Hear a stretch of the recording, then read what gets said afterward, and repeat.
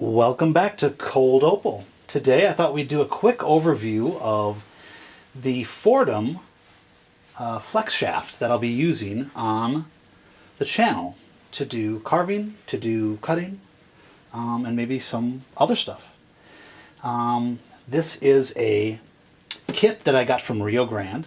I am not endorsed or compensated by any of these associated people here, just a full disclosure.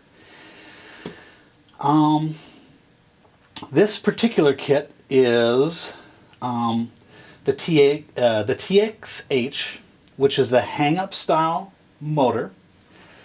It's the heavier duty motor that's meant for more industrial applications, and it has low torque, 15,000 RPMs max.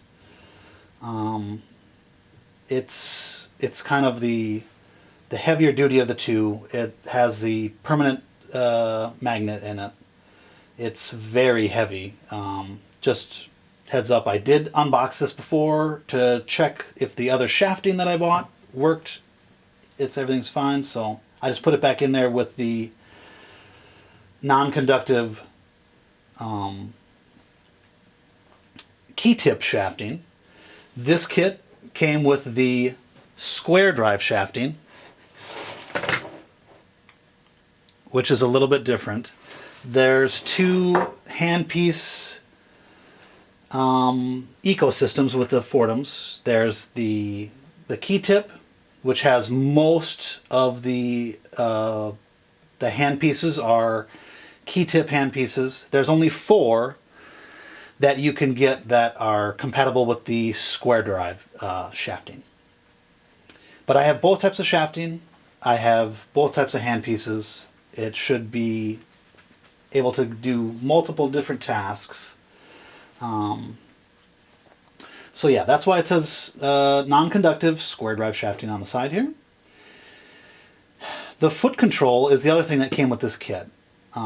This kit didn't come with the handpiece. It didn't come with grease. It didn't come with other things. It came with motor brushes, the motor, the cabling to connect the motor to the foot pedal, and the shafting. Which, I mean, they are very flexible in how you order these, how you buy them. There's a lot of different options. It can be overwhelming at first. So I'm just letting people know that you might get into this a bit when it's time to look for one for yourself. The foot pedal is a metal foot pedal control. I don't know why I would want... This is a workshop. There's things that are going to be thrown and crashed and bashed and battered around here. So you might as well go for the metal, in my opinion. If you're going to be doing this indoors in an indoor workshop, maybe it would be less of an issue. But I don't want anything to drop off the end of the workbench and bust open the foot pedal. Without any more delay, let's get into it and see what's inside.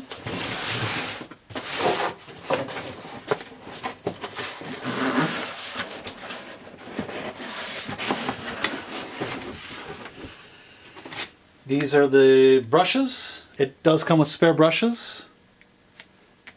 2 spare brushes. The motor has 2 brushes that come installed, so you're ready to go out of the box. The shafting will be connected, at least it was with mine. So we've got that. And this is the box that houses the motor. It is very heavy. Like, you're going to be surprised at how heavy this thing is. Even for a company that's kind of known for very durable and very long-lasting equipment, this is something else to lift this thing up.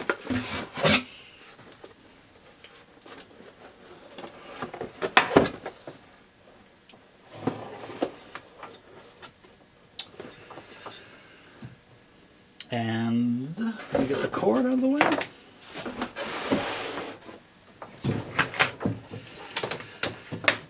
So, this is the TX. Like we said before, it's the heavier duty version of this. Most of them that they sell, they keep telling everybody that they just get the SR motor. which I have to believe for most people's applications is well going to do what that does. That one is also reversible speeds. This one, you cannot reverse the speeds. You're going one direction. So if you're left-handed, that might be something that you want to consider.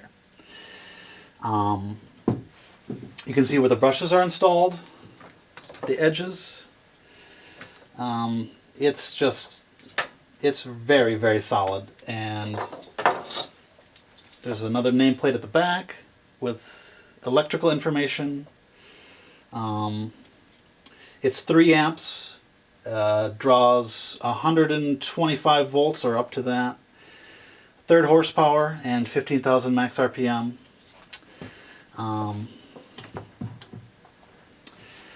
So that is going to work out great, and it's going to be fantastic. Okay, let's get to the foot pedal.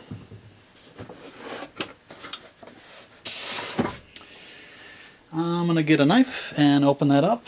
All right, so here we go.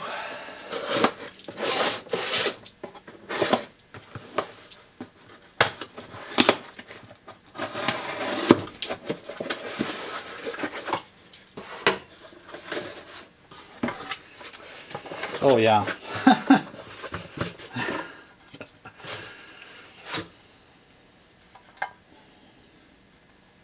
That is very heavy.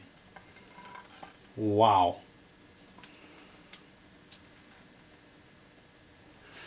So you plug this into the motor, and then you plug the pedal into the wall. So if you're wondering about how to set things up, just keep that in mind if you're setting up a workshop or an area for you to do some carving or cutting.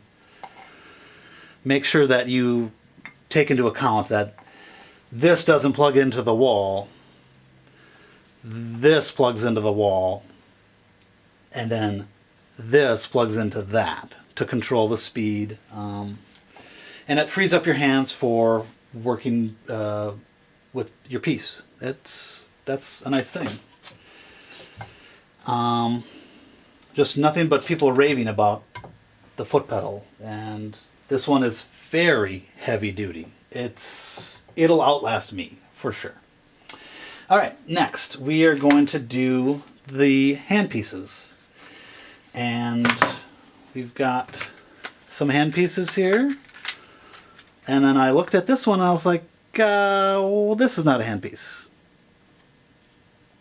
But it sure looks like it, doesn't it?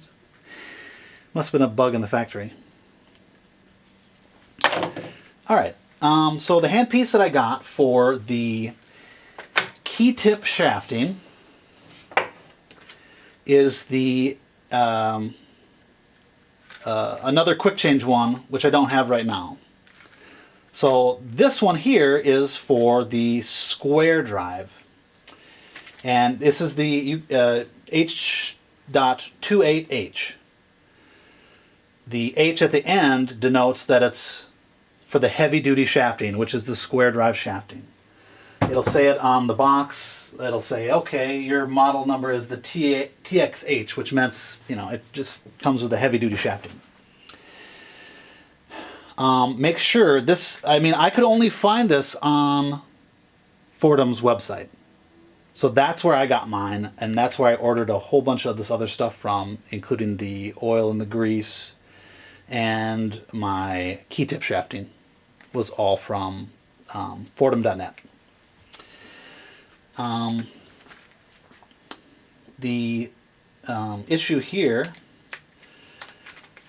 was that I wanted the most amount of control that I could get, and usually that means like having the least encumbrances as possible. It's kind of like their slimline handpiece. It's maybe 3/4 at the thickness of up here, and then maybe it goes down to even 1/2 inch down at this where your kind of finger rests are going to be. It fits very comfortable in your hand, and you can almost imagine yourself drawing like you were drawing with a marker, or a pencil, or whatever you might find. So This is a collet handpiece. It comes with two collets. It comes with the 1/8 inch collet and the 3/32. I'm going to probably just keep this one as the 1/8 because I think that I'll get enough 3/32 out of my setup that I'll have with the other shafting. And so I'll just change the shafting out, which may be seemingly a lot more than most people want to do. But for me, it's not going to be a problem because I'll just work in batches. So I'll kind of do my cutting on the square drive shafting, and then I'll do carving and more delicate polishing work, stuff like that, all on the key tip shafting. You can see there's a key in the top of the shafting, and it plugs right into there. So this is going to be interesting to see how this all sets up. A lot of times you'll see people that have kind of like an IV bag hanger type looking thing, and this motor will hang off of there like that. But I'm going to show you what I have set up. So be right back. Okay, so this is where I'm going to have the Foredom hang off of. I didn't find anything that would fit my specific use case, which was I'm kind of using the underneath of a shelf to secure the thing to. I've got like 1.5 by 1.5 posts up here, and I'm just gonna I put some screws in here at the front and the back. These are metal brackets that have rubber all around them, so this thing is just gripped on there really good. Not trying to provide a tutorial on the usefulness of this, but this is just an example of what worked for me in my case.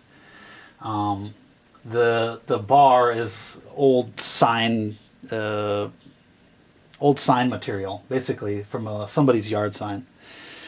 And so I'm going to use this. It's secured on there very, very nicely. And let's see how it looks.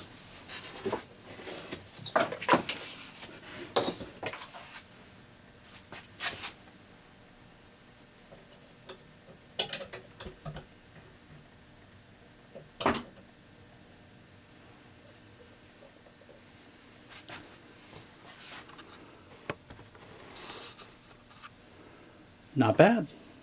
That'll do nicely. It's not going to come off of there because it's got a large hook on it. And I think that's going to work out great. So I hope you enjoy this, and have a good day.